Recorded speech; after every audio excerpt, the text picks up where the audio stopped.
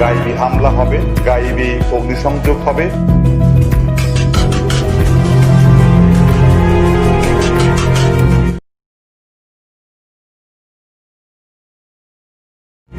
কোনো কথাবার্তা ছাড়া আপনারা উদ্ধারণ গুলি করছে। একটা করছে সিনার মাঝখানে, একটা করছে এখানে।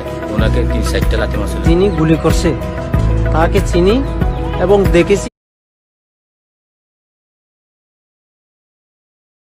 যিনি গুলি করছে তাকে চিনি এবং দেখেছি চিনি।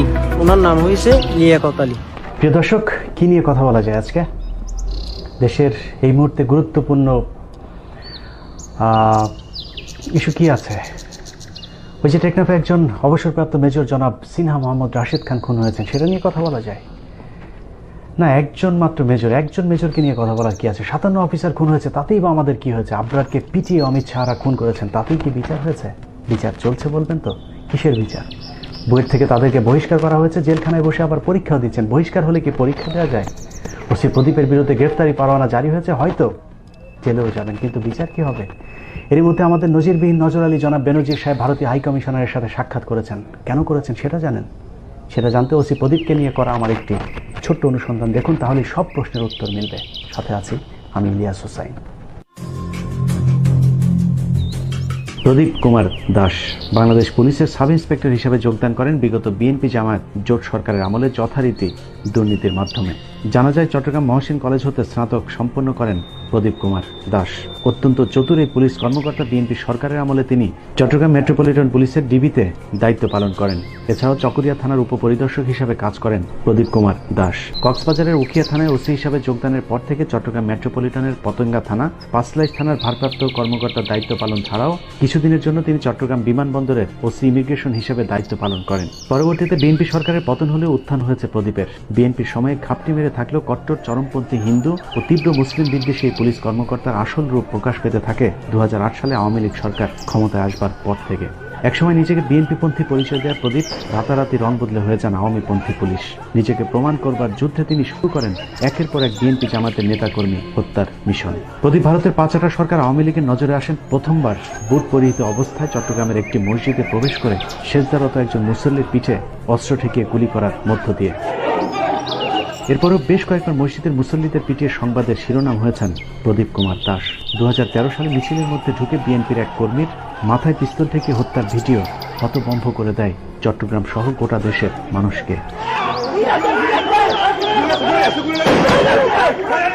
তবে তার এসব কর্মকাণ্ড অবশ্য আওয়ামী লীগের চোখে মধুর স্মৃতি, কারণ আওয়ামী লীগকে ক্ষমতায় রাখতে যে পুলিশ যত বেশি বিএনপি জামায়াতের প্রতি মারমুখী, তার কদর ততই বেশি।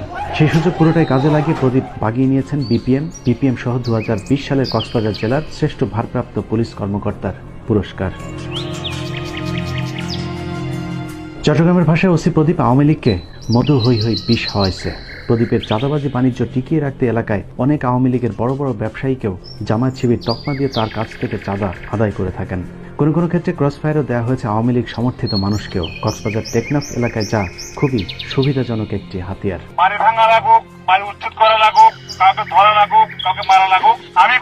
এই একই হাতিয়ার ব্যবহার করে একটি আইন শৃঙ্খলা বাহিনী যুবলীগ নেতা একরামকে নৃশংসভাবে হত্যা করে। হ্যালো, আমি কমিশনারের সাথে কথা বলতে চাচ্ছি। হ্যালো, কে ওইটা? ফোন রিসিভ করছো? ওইটাকে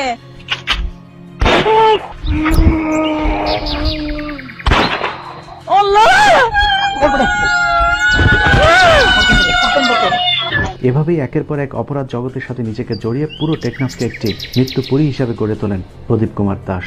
প্রদীপের মাদক ব্যবসায় যে যখন বাধা দিয়েছে তাকেই তখন মাদক ও অস্ত্র মামলায় ফাঁসি দিয়ে ক্রসফায়ার দেওয়া হয়েছে।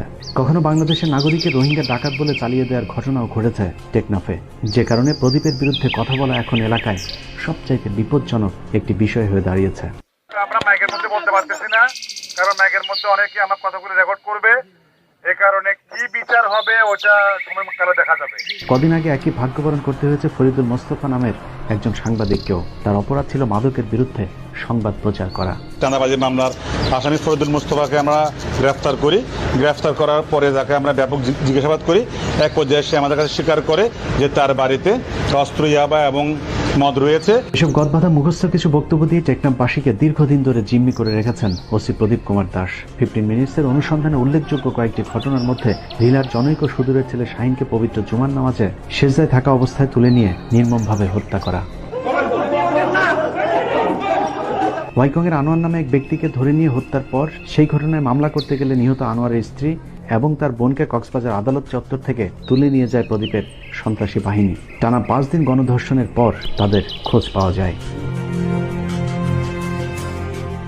দুবাই ফেরত এক যুবক ওসির বিরুদ্ধে ফেসবুকে স্ট্যাটাস দেওয়ায় তাকে ধরে নিয়ে 22 লাখ টাকা চাঁদা দাবি করা হয়, কিন্তু পরিবারটি টাকা দিতে না পারায় সেদিন রাতেই সেই যুবককে খুন করে প্রদীপ। এলাকায় সাদা মনের মানুষ হিসেবে পরিচিত শাপলাপুরের হাবিবুল্লাহ নামক এক ব্যক্তিকে একটি এনজিওর সাথে চুক্তি করে হত্যা করে প্রদীপের সন্ত্রাসী বাহিনী। অথচ নিহত হাবিব বৃক্ষপ্রেমিক হিসেবে চ্যানেল আই পুরস্কার প্রাপ্ত একজন মানুষ। এই হত্যাকাণ্ডে প্রদীপ সৈয়দ হোসেন নামে এমন একজনকে আসামি করেন যিনি ওই ঘটনার 6 মাস আগে থেকেই জেলখানায় বন্দী ছিলেন। ওয়াইকং ইউনিয়নের একাধিকবার নির্বাচিত ইউপি চেয়ারম্যান মরহুম মুস্তাক আহমেদ চৌধুরীর পরিবারটি সর্বদাই মাদকের বিরুদ্ধে সোচ্চার, যে কারণে গভীর রাতে বাড়িটিতে হামলা করে 30-40 লাখ টাকার স্বর্ণ অলংকার লুট করা হয়। সেই রাতে পরিবারের একমাত্র সন্তান জুনায়েদকেও তুলে নিয়ে যাওয়া হয়। পরবর্তীতে উপজেলা আওয়ামী লীগের সভাপতি জাফর আলম বহু চেষ্টার পর জুনায়েদকে বাঁচালেও লুটকৃত স্বর্ণ অলংকার উদ্ধার করতে পারেনি। মাদকের বিরুদ্ধে কথা বলায় গেল 24 জুন ঝিমংখালীর একজন 70 বছরের অবসরপ্রাপ্ত সরকারি প্রাথমিক বিদ্যালয়ের শিক্ষককে মিথ্যা মাদক মামলায় তুলে নিয়ে জেলখানায় পাঠিয়ে দেওয়া হয়। অথচ যে মাদক মামলায় ওই শিক্ষককে গ্রেফতার দেখানো হয়েছে সেই সময়ে তিনি হজ পালনের উদ্দেশ্যে পবিত্র মক্কা শরীফে অবস্থান করছিলেন। বিজ্ঞ আদালত তার পাসপোর্ট ও ভিসা থেকে জামিন দিলেও এখনও প্রদীপের আতঙ্কে দিন কাটে পরিবারটির। পরের ঘটনার শিকার পশ্চিম লেদা এলাকার মৃত গবি সুলতানের ছেলে মুস্তাক সদাগর নামের এক মুদি দোকানির। মুস্তাককে ক্রসফায়ারের হুমকি দিয়ে মোটা অঙ্কের চাঁদা আদায়ের একদিন পর 1200 পিস ইয়াবা দিয়ে তাকে আদালতে চালান করে দেওয়া হয়। সেনাবাহিনীর প্রতি ওসি প্রদীপের ক্ষোভ দীর্ঘদিনের। হাসান আলী নামে বিজিবির এক সোর্স মাদক পাচারের সাথে ওসি প্রদীপের সম্পৃক্ত থাকার বিষয়টি সেনাবাহিনীর একজন কমান্ডিং অফিসারকে জানালে হাসান আলীকে সেদিন রাতেই তুলে নিয়ে যায় প্রদীপ। ঘটনার 3 দিন পর হাসানের লাশ পাওয়া গেলে পুলিশ জানায় কথিত বন্দুক যুদ্ধে তার মৃত্যু হয়েছে। হত্যাকাণ্ডে পুলিশের বিরুদ্ধে সরাসরি অভিযোগ তুললে হাসানের স্ত্রীর বিরুদ্ধে উল্টো মাদকের মামলা দিয়ে তার বসত বাড়িটিও গুড়িয়ে দেওয়া হয়। পুরো বিষয়টি স্থানীয় বিজিবির ঊর্ধ্বতন কর্মকর্তারা অবগত থাকলেও কিছুই করতে পারেননি। উল্টো প্রদীপ নিজেই দাম্ভিকতার সাথে মানুষের ঘরবাড়ি গায়েবীভাবে ভাঙচুর ও অগ্নিসংযোগের বিষয়টি এলাকায় বলে বেড়ান। ওই সমস্ত বাড়িতে গায়েবী হামলা হবে এবং কোনো কোনো বাড়িতে গায়েবী অগ্নিসংযোগ হবে এবং কোনো কোনো গাড়িতে গায়েবী অগ্নিসংযোগও হতে পারে। হাবিবছড়া ইউনিয়নে মামুনের বাড়িতে গায়েবী হামলা হয়েছে এবং ওখানে গায়েবী আগুনও ধরেছে। দর্শক, এত কিছুর পরে ওসি প্রদীপকে এসপি, আইজিপি কিংবা প্রধানমন্ত্রী চাইলেও কিছু করতে পারবে না, কারণ তাদের পেছনে আছে বিরাট এক শক্তি।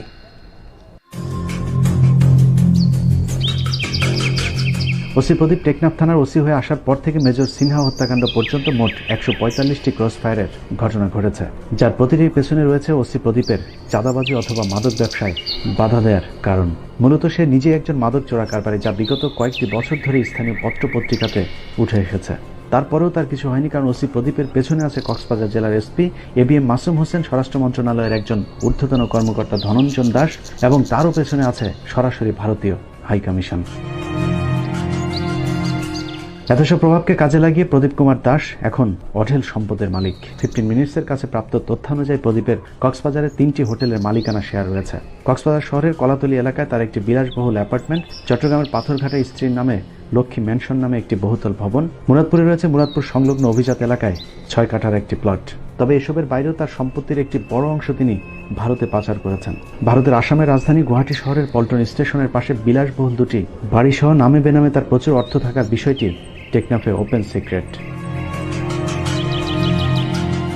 ভারতে এসব সম্পত্তি ক্রয়ের মাধ্যমে তিনি এরই মধ্যে পেয়েছেন ভারতের নাগরিকত্ব। আমাদের অনুসন্ধানে ওসি প্রদীপের স্ত্রীর বাংলাদেশ এবং ভারতের 2টি পাসপোর্টের সন্ধান মিললেও প্রদীপের ভারতীয় পাসপোর্টটি পাওয়া সম্ভব হয়নি। অবশ্য গোয়েন্দা সংস্থা চাইলে তা খুব সহজেই খুঁজে পাওয়া সম্ভব। নাম প্রকাশ না করার শর্তে টেকনাফ থানার একজন কর্মকর্তা জানান, বদমেজাজি ওসি প্রদীপ মাঝে মধ্যেই খুব দম্ভ করে সহকর্মীদের বলেন, টেকনাফ থানায় চাকরি করতে হলে আমার কথা শুনে চলতে হবে, আমাকে কেউ কিছু করতে পারবে না, কারণ ভারতীয় হাইকমিশনের পেছনের দরজা সব সময় আমার জন্য খোলা। ভারতের খুঁটির উপর কতটা ভর করে প্রদীপ দাঁড়িয়ে আছে সেটার প্রমাণ আরও কিছু কর্মকাণ্ড দেখলেই বোঝা যাবে। মুসলিম শরিয়া আইন অনুযায়ী 3 তালাকের যে বিধান আছে, ভারতের সম্প্রতি তার বিরুদ্ধে একটি বিল পাশ করা হয়েছে। যদিও বাংলাদেশে সেই বিধানটি এখনও বিদ্যমান, কিন্তু বাংলাদেশের নিয়ম রীতির প্রতি বৈদ্যাঙ্গুলি দেখিয়ে ওসি প্রদীপ তার থানার দেয়ালে ভারতের সেই বিলটি ঝুলিয়ে দিয়েছেন। এর মাধ্যমে ওসি প্রদীপ রাষ্ট্রদ্রোহিতার অপরাধ সংঘটিত করেছেন।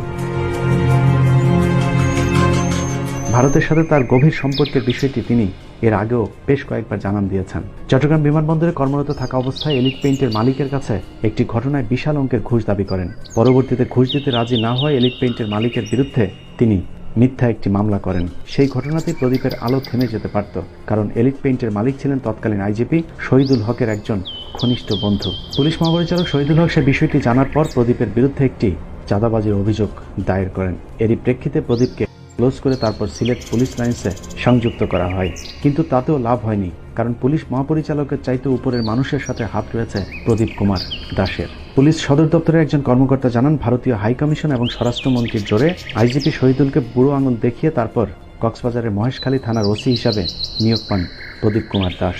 লম্বা সময় মহেশখালী থাকার পর প্রদীপ বাগিয়ে নেন ঘুষখোরদের স্বপ্নের পোস্টিং টেকনাফ থানার ওসির চেয়ারটি।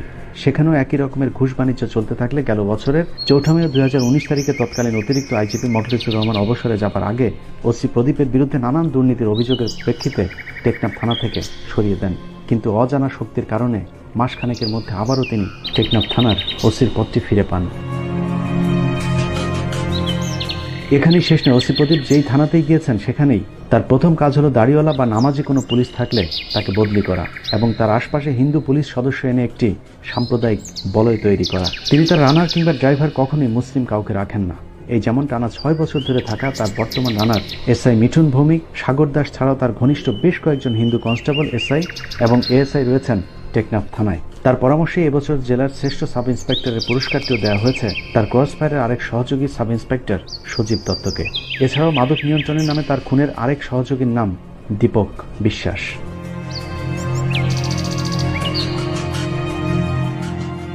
মূলত মিঠুন, সজীব, সাগর ও দীপককে নিয়ে ওসি প্রদীপ টেকনাফ জুড়ে একটি মাফিয়া গ্যাং গড়ে তুলেছেন, যারা স্থানীয়ভাবে ইয়াবা পাচার সহ পুলিশের গাড়িতে করেই ঢাকা চট্টগ্রাম পর্যন্ত পৌঁছে দেওয়ার কাজটিও করে থাকেন। থানা জুড়ে ওসি প্রদীপের আরেকটি ব্যক্তিগত পরিচয় আছে, তা হলো প্রদীপ কুমার দাস একজন সমকামী। কিছুদিন আগে আভাস নামে ওসি প্রদীপের আরেক সমকামী বন্ধু ছিল, কিন্তু তাকে সরিয়ে ওসি প্রদীপের এখন সবচেয়ে কাছের মানুষ তার রানার মিঠুন ভৌমিক। এছাড়াও তার থানার আরেক সমকামী সজীব দত্তের সাথেও প্রদীপের শারীরিক সম্পর্ক রয়েছে। প্রদীপ যে থানাতেই গিয়েছে সেখানেই সমকামীদের একটি স্বর্গরাজ্য তৈরি করেছেন। পতেঙ্গা থানায় থাকাকালীন প্রজাপতি রিসোর্ট নামে একটি রিসোর্টকে সমকামীদের জন্য সেফ হাউস হিসাবে ব্যবহার শুরু করেন ওসি প্রদীপ, যার প্রমাণ এখনও ওই রিসোর্টে গেলে পাওয়া যাবে। তার সমকামিতার সঙ্গে মিঠুন ভৌমিক, সাগর দাস, সজীব দত্তদের নিয়ে বিভিন্ন দেশে ভ্রমণ এবং একান্ত সময় কাটানোর কিছু স্থিরচিত্র এখন 15 মিনিটসের হাতে। তবে প্রদীপের স্ত্রী সন্তানও আছে, কিন্তু তার এই বিকৃত যৌনাচারের কারণে একাধিকবার থানার ভেতরেই তার স্ত্রীর সাথে কথা কাটাকাটির ঘটনাও ঘটেছে। উল্লেখ্য, প্রদীপের একটি বিকৃত যৌনাচারের প্রতিশোধ নিতে তার স্ত্রী পতেঙ্গা থানার একজন ওসি তদন্তের সাথে অবৈধ শারীরিক সম্পর্ক গড়ে তোলেন। বিষয়টি টের পেয়ে প্রদীপ ওই অফিসারকে চাকরি ছেড়ে দেশ ত্যাগ করতে বাধ্য করেন।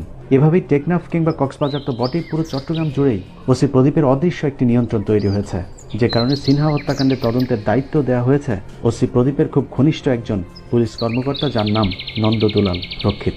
সব মিলিয়ে টেকনাফ থানা যেন বাংলাদেশের বুকে এক টুকরো মিনি কলকাতা।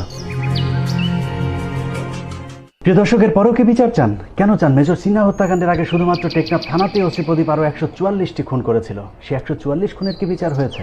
যদি না হয় তাহলে শুধুমাত্র মেজর হত্যার বিচার কেন চাইতে হবে? সে 144 জনেরও প্রাণ ছিল, বাঁচার ইচ্ছে ছিল, সুন্দর এই পৃথিবীতে আরও কিছুদিন বেঁচে থাকবার জন্যে কপালের মাঝ বরাবর গুলি করবার ঠিক আগ মুহূর্তে হয়তো বাঁচার সে সাকুতিও জানিয়েছিল। কে জানে চোখের পাশ দিয়ে ঢুকে যাওয়া গুলির আঘাতে ঝাপসা হয়ে যাওয়া চোখে শেষ একটি বারের জন্য হলেও সন্তান কিংবা মায়ের মুখটি দেখবার ইচ্ছেও হয়তো হয়েছিল। দর্শক, আসলে প্রতিটি মৃত্যুই কষ্টের, প্রতিটি মৃত্যুই দম বন্ধ করা যন্ত্রণার। তাই আসুন, বাঁচতে হলে একসাথে বাঁচবো, মরতে হলেও একই সাথে। আর যদি বাঁচতে চান তাহলে বাংলাদেশের প্রতিটি থানা, জেলা, সচিবালয় কিংবা ক্যান্টনমেন্টে থাকা ভারতীয় সাম্প্রদায়িক দালালদেরকে প্রতিহত করতে হবে। আল্লাহ হাফেজ।